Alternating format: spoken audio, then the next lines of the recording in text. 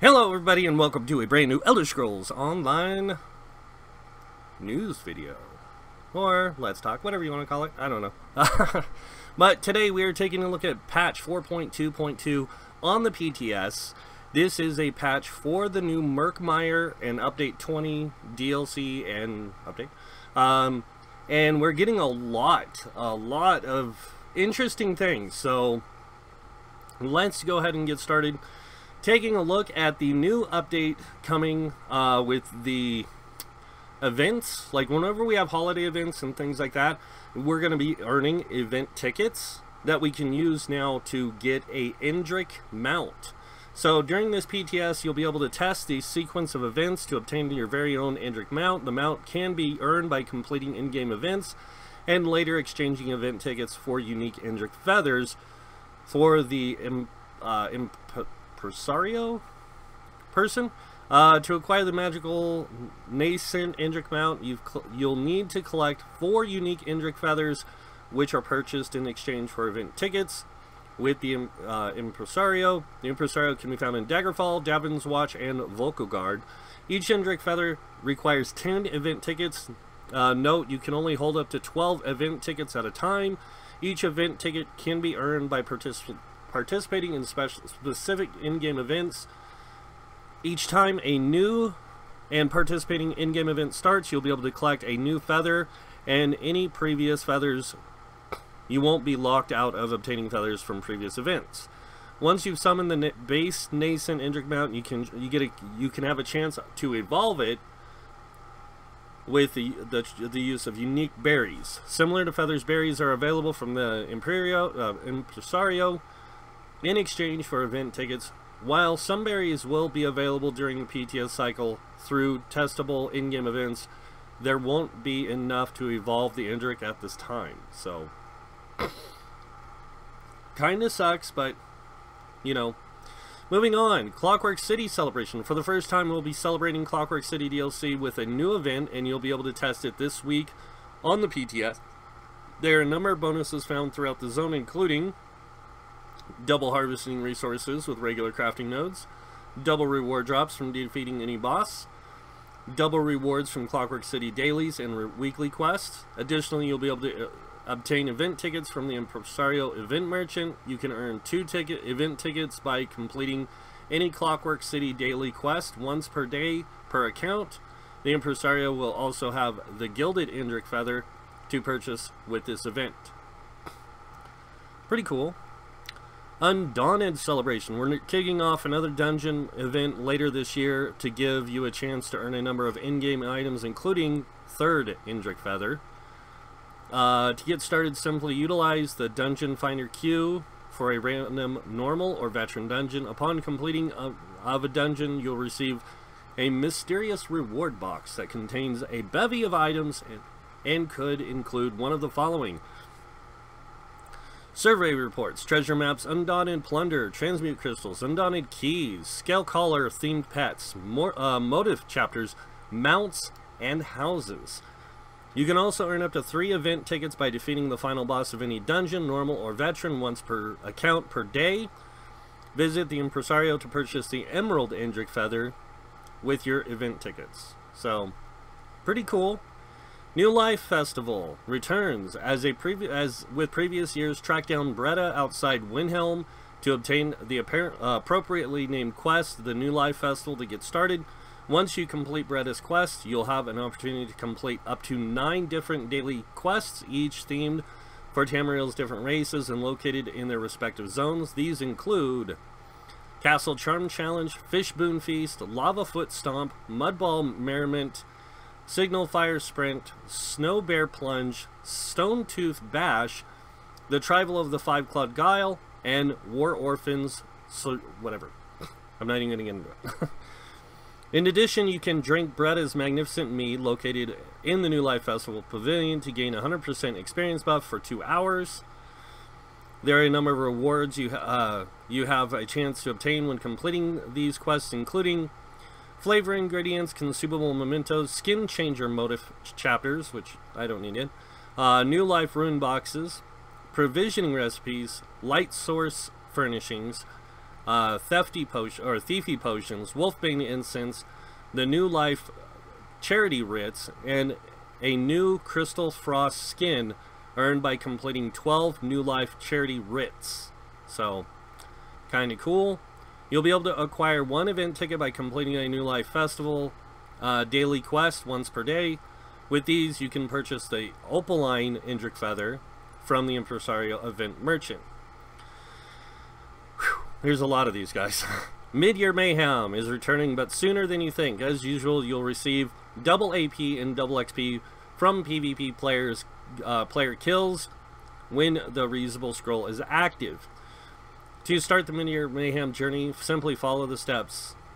And if you've done Mid-Year Mayhem, you just go into the Crown Store, get the details of the Mid-Year Mayhem ticket, travel to the Alliance War faction's main gate in Cyrodiil using the Alliance War menu, find the NPC called Predict Maria, or Maria, whatever, Mara, and pick up the quest Mid-Year Mayhem. If you've already completed the quest last year, you won't need to do it again. Complete the quest and receive a scroll of Palinal's Ferocity and a Palinal's Minier boonbox. Use the scroll to enjoy a 2-hour 100% buff in the Alliance War, Imperial City, and Battlegrounds. This applies to both Alliance points gained and experience gains in PvP player kills. You can keep the scroll of Palinal's Ferocity and reuse it for the duration of the event. If you already completed the quest in last year's event, the scroll you received will work too. So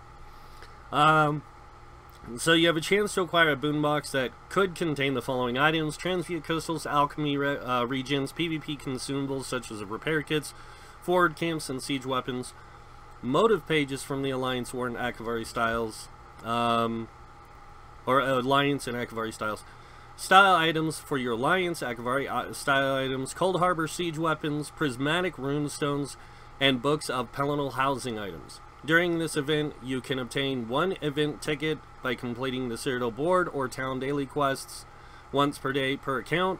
You can turn these in to get the first Indrik evolution berry, the Dawnwood Berry of Bloom. So, a lot of event stuff. Looking for more events, enter Morrowind's Celebration. During this event, you can enjoy various bonuses while adventuring through the zone of Vardenfell. Double reward drops, double weekly and daily quest rewards, and double harvesting resources. In addition to this, you can get, by completing Morrowind World Boss daily quests, one ticket by completing a Morrowind Delve Boss daily quest once per day per account. You can use this to get the Dawnwood Berry of Budding. Okay. Thieves Guild and Dark Brotherhood Celebration. Oh my gosh. Well, we'll be once again celebrating Thieves Guild and Dark Brotherhood DLCs in unison with the same bonuses you enjoyed earlier this year. The bonuses from the event include double harvest nodes, yields in Hughesbane and Gold Coast, double delve and world boss drops, increased style items drops from Maw of Lorkhaj bosses, increased rewards from heists and sacraments daily. Important note, the repeatable quests from the Thieves Guild and Dark Brotherhood DLC packs do not have bonus rewards during the event period. You can also obtain an event ticket by completing a heist daily quest, and one ticket by completing a sacrament daily quest once per day per account. This will give you the Dawnwood Berry of Growth for your Indrik mount. And that is it for the event stuff. So a lot of new stuff, like being added with this event thing through the Indrik mounts, which is cool.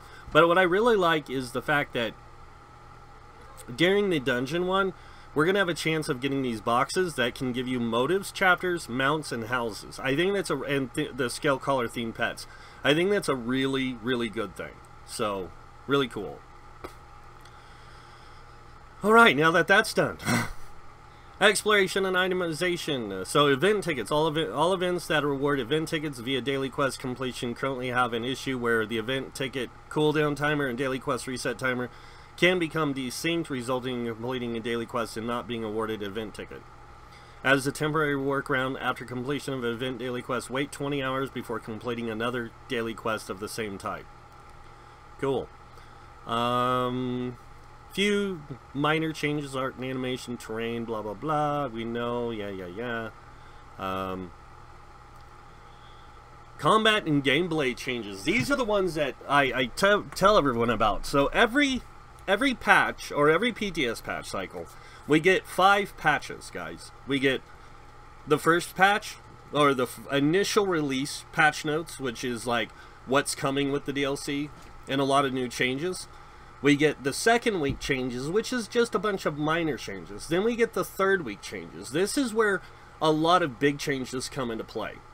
Then we get we get the second week, third week, fourth week, which is minor changes, fifth week, which is actual minor changes, and then on the 6th week we get a release. So right now we're on the 3rd week.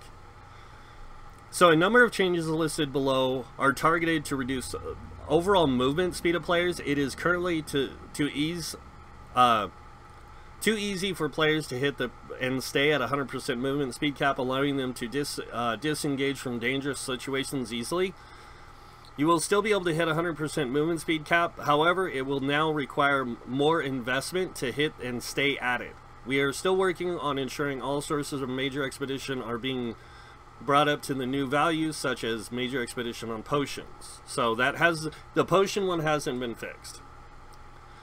Your characters will now have faster knockdown animations when being dismounted, increase the movement speed bonus from the Steed Mundustone to 10% from 5%. Combat pets will now take 0 damage while in dungeons, trials, and group arenas. What? Bears. All the Sorc pets, 0 damage while in dungeons, trials, and arenas. Think about that. Pets now inherit the caster's critical resistance in PvP. Swift Jewelry trait now increases movement speed by 6% at max quality, previously 10%. So they lowered, now this is funny, they lowered the movement speed bonus from this, but gave it back in Mundustone. Like, what? And we get 1% more. Who knew? They didn't fix it, guys. Okay. Whatever. Alright. So moving on. Dragon Knight, Ardent Flame, Fiery Grip. This ability now grants Major Expedition for a maximum of 4 seconds instead of 6 seconds. World in Ruin fixed an issue where this passive was not reducing the cost of trapping webs and its morphs. Thank you for that fix. It was really annoying testing that because everything else was getting the bonus except for trapping webs. And does that also... No, that doesn't apply to the armor set that does... The monster set that does the same thing because it doesn't cost you any resources. So this is my favorite fix. The next one. Obsidian Shield. Reduce the health scale of this ability and its morphs to 8% from 9%. Thank you. And reduce the bonus of the caster's Igneous Shield from 200 bonus to 150 bonus. Now, I like what they have to say here. So I'm going to go ahead and pop this open. With these changes, Obsidian's Shield and its morphs should be roughly equivalent in power as they previously were, now that armor applies to them. So, the shield strength is going to be smaller, but because of the amount of resistance that you can put behind it, it will actually reduce, like, make it have the equivalency of that. But what a lot of people don't understand is, before, damage shields didn't have resistances applied. So whatever the number of resistance, or the number of health that the shield had, they tried to say that it was like extra hit points, but it wasn't. Because extra hit points would actually show a damage value to your character, but shields didn't show a damage value to your health bar. It gave you an extra health bar, like a temporary hit point system. And then you had to remove that before you actually took damage. So this is a good change. I like it. I think it's going to be good for the DK. And I think it puts it more on par with the other classes that have damage shields. Before, their damage shield was pretty powerful, especially with the fact that it could apply to multiple characters. So this is good. Or multiple people in your group. Next up, Nightblade Assassination. Grim Focus added a brief minimum travel time to Assassin's Will proc of this ability and its morphs. So, I don't get it, but this change was made to ensure that you have a brief window to react to this powerful attack when the caster uses it in close combat quarters. Okay. Sorcerer, Dark Magic, Crystal Frags. Increase the damage of the proc from this ability to 20% from 10%. So they increase the damage of it. This ability now procs. This ability proc now has a very brief minimum travel time before it hits the target. You can no longer get Crystal Fragment proc while you are not actively engaged in combat. This is going to make Crystal Frags really, really useful in PvE. In PvP, it's going to be harder to get the Crystal Frags if you're not getting hit. Or you're not in combat. So, Conjure Ward. Reverted the cast time and duration increases from this ability. The total strength is now limited to 40% of the caster's max health. Hardened Ward. This morph now only ranks up the damage shield strength instead of a shield strength and caster self shield bonus. So this just grows in strength by a certain amount. So good. I'm gonna have to test that. Known issues. The rank up currently allows the damage shield to increase 3.3% higher than the cap, and is also currently applying Battle Spirit after 40% cap instead of before. So it's kind of bugged. Hopefully they get it fixed in the next patch. Storm Calling, Battle of Storm. This ability now grants major expedition for a maximum of 4 seconds instead of 7.5. Okay, that's cool. Templar changes. Ajax Spear ability, Radial Sweep. Fixed an issue where Empowering Sweep and Crescent Sweep morphs were checking against the incorrect resistance type. Now they're fixed, hopefully. Blazing Shield. Reduce the amount of damage this ability deals from a maximum of 42% of the shield size to 30%. Nerfing Blazing Shield again. Yeah. It was 50%. Then it went to 30, or 42. Now it's 30. But because this can proc their passive that does damage, both magic and stamina, this doesn't bother me. So, because you could get like 12k damage out of a damage shield when it was 50%. With the 42%, you can get anywhere between 10 to like 8 to 10k, and now with this change, it should be somewhere around 6 to 9k. And it says here, since shields now scale with your armor, we wanted to ensure this ability wasn't doing too much for this cost and effectiveness. The shield should now absorb more damage, but its total damage dealt was slightly decreased to compensate. That's a good deal. Warden changes. Falcon Swiftness. This ability now grants major expedition for a maximum of 4 seconds from 10 seconds. Got a lot of talking. Green Balance. The Warden's healing abilities will now prioritize targets without minor toughness in if both targets are at the same health. So it will keep minor toughness applied to the person that depending on their max health, and then it'll apply to the other person. So it'll apply to the lowest, and then to the next highest, and the next highest, the next highest, all the way through until it maxes everyone out. So I like it. Two-handed forward momentum. Reduce the duration of snare immunity from this ability to 4 seconds from 8 seconds. Wow. That's gonna hurt. But you know what? That's fine. That's cool. I don't know where everyone thought that forward momentum was giving people mobility and movement. It gives them snare removal for 4 seconds or 8 seconds. It doesn't give them increased movement speed. It gave them increased mobility, yes, but not movement speed like a lot of people were trying to say. Bow. Hasty Retreat. This ability now grants major expedition for a maximum of 4 seconds instead of 5. Quick Cloak now applies a 4-second major expedition instead of 5. Really, like, you guys thought that really, like, reducing these by 1 second was helping? When you guys gave major protection to the Templar at 3 seconds. Sorry. Or minor protection. It's just, this is just stupid. Light armor. Annulment reverted the cast time and duration for this ability. The total strength of is 40% of the caster. Known issues, yeah. Dampened magic fixed an issue where this morph was scaling in size based on how many pieces of light armor your character was wearing. Well, it wasn't scaling. Okay, so now it should. Fixed an issue where this morph was double dipping with its magicka return based on the light armor worn. This ability is currently giving larger shields than intended, so that's an issue. New changes to Mage's Guild. Fixed an issue where this morph and its abilities would cause the character to slide on the ground when knocked back.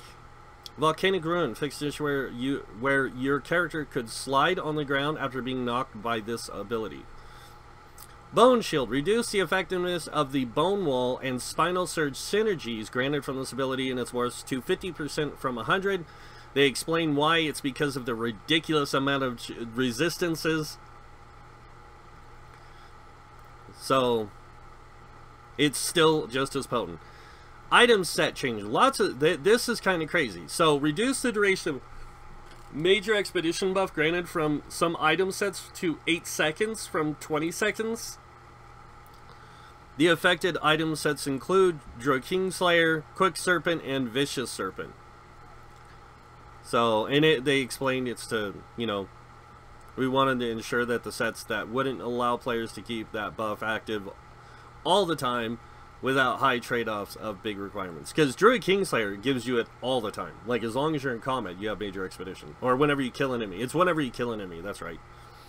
Arms of Reliquin faced an issue where the damage over time from this item set and the perfected versions would break your character out of stealth. Who cares? That set needs to be nerfed. No offense, it does.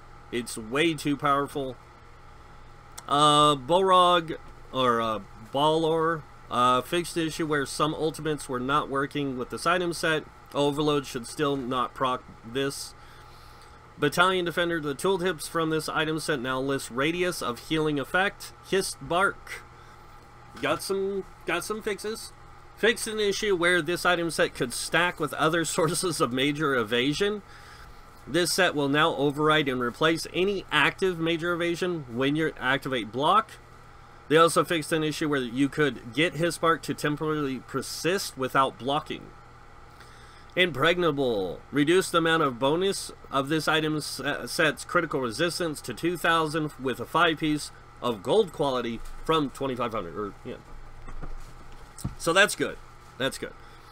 Leckie's Focus. The damage reduction no longer stacks additively with minor and major evasion.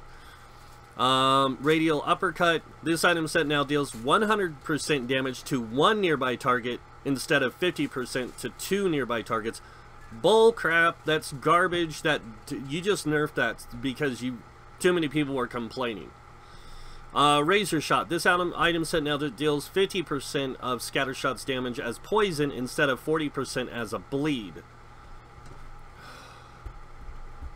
You should have left it a bleed. Changing it to poison makes that. Oh, we got another thing for the DK, but nobody else. Like, nobody else benefits from poison damage than the DK. Because of the 25% reduced cost in poison abilities.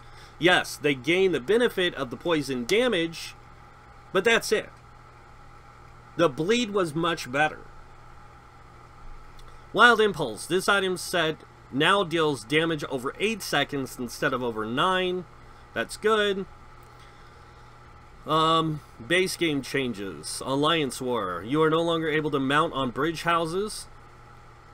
Okay. Repair kits and mile gates on bridges now properly state whether they can be repaired or not while in combat. Using a repair kit on keeps, siege doors, mile gates, and bridges can now be interrupted even when CC immune. If your character gets stuck under Nibian River, Nibian Bay, or Lake, you will be moved to your border keeps. Adjusted the positioning of your guards found near the Bruma central flag, and siege. Reduce the damage from Scattershot by approximately 40%. Only in siege. dungeon and group content, area of effect abilities within dungeons and trials are now much more accurate when dealing damage from within those effects, reducing those I was out of that moments. Fixed an issue where something, yeah, mementos, yeah, furnishings, yeah, miscellaneous, Mac client fixes. But yeah, that's it. So, oh, gifts now properly show stack counts, by the way. Fixed an issue where Murkmire would not appear as purchased when you initially acquired it from the Crown Store, and fixed the UI error while auto-navigating specific products to the Crown Store. So, lots of good fixes up here. I know a lot of people are going to complain about the DK change with Earth and Heart on Obsidian Shield. I know a lot of people are going to complain about the Crystal Frags because now it has a travel time. Nobody's going to really complain about Conjure Ward and Annulment, because if they do, I don't want to see what the devs will do next. I would not complain. I would leave it alone, because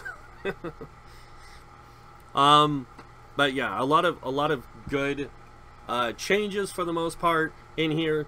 Still not happy with my Templar, and I'll get into that in my video tomorrow. I'm going to actually talk about the Templar changes and why I'm not happy with it and everything like that, because now that I've done some testing with it in Sword and Shield, I am not happy with tanking on my Templar. In fact, I think the Templar tank is worse than the Sorc tank, than the Nightblade tank. Yeah, they gave them resource management, but it's like, it's resource management that's good if you're doing a rotation. That's it. It allows you to block a little bit longer, but that's it. Your damage, the damage shield change is great, but it's not as effective as it's great and it's effective, but it's not quite as good. I should say that. There was a lot of changes to the Templar that really affected their tankiness. Taking away Spear Wall, giving them the 15% melee block damage from melee attacks, with the 15% from Sword and Shield, almost put them on equivalent of a DK. Minus 10% on the ranged, and minus 5% on close quarters. So that really affects the Templar's taking capabilities when blocking. And then when you look at the fact that they took away the 6% or the 8% damage reduction when they were standing in their circle, which made them very defensive, because then they got extra resistances, and they didn't have to use things that gave them more resistances, because it would just overkill. They could get away with a lot less in resistances. It allowed them to use things like Divine's armor. It allowed them to use Sturdy. It allowed them to use... you know, they already had the ability to use Sturdy, but it allowed them not to require a monster set for extra resistances because of this, the 8% damage reduction. And if you had 12% in Hardy and Elemental Defender, that gave you a 20% damage reduction, which made you really tanky. And it did. It would make you physically, survivability-wise, better than a DK. But on equal ground almost, because of the damage reduction and not having that much effectiveness with blocking compared to the DK, they actually, it was like a trade-off. And then with the 50% resistance thing they put in there, as long as you're standing in that circle, you get that. The 8% healing received really put them on par almost with the DK. But now that they've taken that 8% away, and the damage, and the 8% healing, and they took away Spear Wall and nerfed the crap out of it and put that 3-second uptime of minor protection, which, I'm sorry, 3 seconds only works effectively with biting jabs. On damage shields, your damage shields aren't removed now in 3 seconds in trash fights. In some boss encounters, on veteran mode, yes. Now hard mode, most definitely it could be removed in 3 seconds, but you would only have like 1 second of that 8% damage reduction. And you have to spam the crap out of your shields to keep it effective, which tanks can't do. Even with really good magic recovery, they can't do. So it really is a negative impact on the Templar tanking capabilities. And now Templar tanks are pretty much the bottom of the totem pole when it comes to tanking. Sorc tanks are better. They have better survivability because they have self-healing that's ridiculous. Nightblade, self-healing, ridiculous. Wardens have mitigation out the wazoo, plus they get the healing. Now, don't get me wrong, Templars have good healing capabilities, but nowhere near the amount of healing that these other classes can get. Then you add the DK in there. Nothing changed on them to make them negatively impacted besides this little change here, which isn't enough to make a huge difference in how they play. But they removed the essential things that gave Templars really good tanking capabilities. And that just has me irritated. So that's my big complaint about Templars. I wasn't going to talk about it in this video, but I went ahead and did it anyways. But yeah, other than that, I mean, I like all the changes that they did. I like all this stuff with the event things. But yeah, I'm done with my Templar. As of now, I'm not even going to worry about tanking on a Templar. I'm turning my Templar... I'm not even going to release Meridia's Guardian this time around because it's a waste of time. No offense to the devs, but it is a waste of time. They ruined the Templar tank. Even with just the 50% resistance bonus, it's not even comparable to DK. DK is still better. Sorc is still better. So, yeah, I'm gonna be making mostly... I might release Meridia's Guardian just for the people who like it, but if you're gonna play it, only tank dungeons and don't touch the DLC dungeons. You'll be annihilated, and your resource management won't exist. The nice thing about all that mitigation that they had before was it did allow us to throw out heavy attacks for resource management, even with the changes to Repentance, which is garbage, for tanks. It's great for trash fights when you're fighting actual trash, not a boss who summons adds that instantly disappear as soon as you kill them, that aren't even there for a millisecond for you to repent off of. If the mobs stay longer than a few seconds, they're good for repentance. But they don't. They're gone in most cases instantly. So it's a useless ability on tanks. Except the heal's nice. Like, when you can get it to work in trash, it's great. And it's great for, like, when you're getting to a boss, like fighting trash, it's really good because it allows Templars to throw out a little bit more damage while they're in those fights. So that way they can just repentance, have their resources and health back, and then go right in and take the boss. It allows for ease of entry with that kind of capability, but that's it.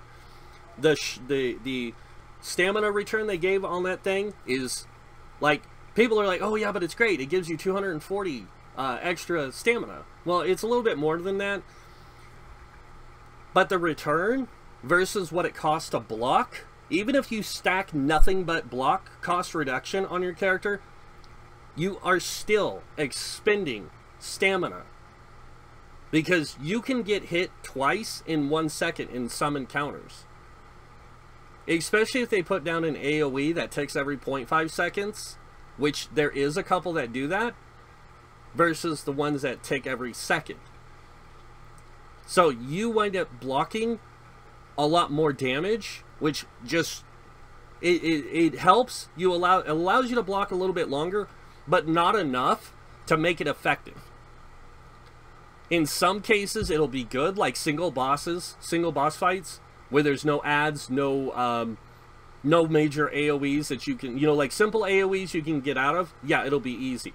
But like Banished Shells 2, the final boss, yeah, that resource return is gone in seconds. It just chews right through it. The AoE and stuff does. Even if you have mitigation, like really good mitigation, it just chews right through your stamina.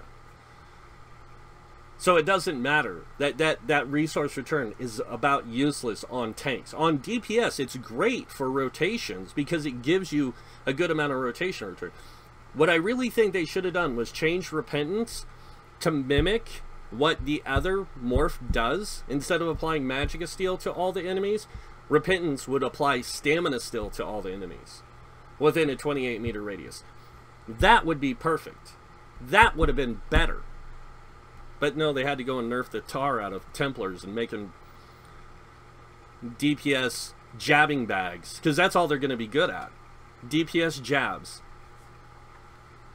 It's like the biggest joke in the planet.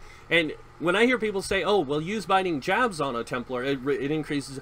Why am I not using, why would I use that when I could use dual wields and do the same thing and get really good DPS that way, versus the biting jabs, which is nice when it procs the passive that does extra damage, but it doesn't always do that. So again, kind of a useless ability in my opinion. I don't really care for jabs, but that's just my opinion. But yeah, that's it. That's what I have to say about this right now. I'm just really PO'd about my Templar because of how bad she is now. As a, like, she works still good. She's still good at what she does with two-handed, but when it comes to the when it comes to the to sword and shield tanking, she just went to total poop. Like, even as an Argonian, I suck even more. It's just ridiculous. Like, they nerfed Templar tanking bad. I mean, it was good. It was good. And if they wanted to do something like the one that gives you 50% more resistances while standing in the circle, if they would have had that on the original version, and then on the morph, it gives you the 8% damage reduction with the 6% or 8% healing received on the only that one, and took out the 50% damage resistance bonus while you're standing in the circle, I think that would have been better, in my opinion. That's just my opinion, though. So, but yeah, I'm done complaining about it. I'm not even gonna worry. Like I said, I'm just at that point where, like, after all the testing I did with the Templar over the weekend, everything sucked with them. Like, I can still solo dungeons because I have good resource, like, healing, resource management on my own with that build structure. But when it comes to sword and board tanking, my tank sucks. Straight out sucks. It's horrible. Probably the worst tanking experience I had was this weekend. And that was just testing it in, like, Mauve Lorcage, testing in a few of the minor dungeons that I can run solo with my tank. Yeah, it was horrible. Like, I could not keep up. Even with full sturdy gear, full block cost reduction, I could not keep up with the amount of mitigation, like the amount of damage my character still took. Even blocking. Like I could not keep up the resources, I couldn't keep up anything else. Like, I could keep up the damage mitigation because the Templars are super tanky anyways with their damage shields now, but I think that they took too much away from them, and it takes away too much freedom from them and their playstyle. So yeah, but I'm done. I got other things I gotta do today. So yeah, that's it for this video, guys. Hope you guys liked it. If you did, like button. If you guys want to see more videos by me, hit that subscribe button. Other than that, thanks for watching. Until next time, have a wonderful day, and this guy might see you in game. Bye.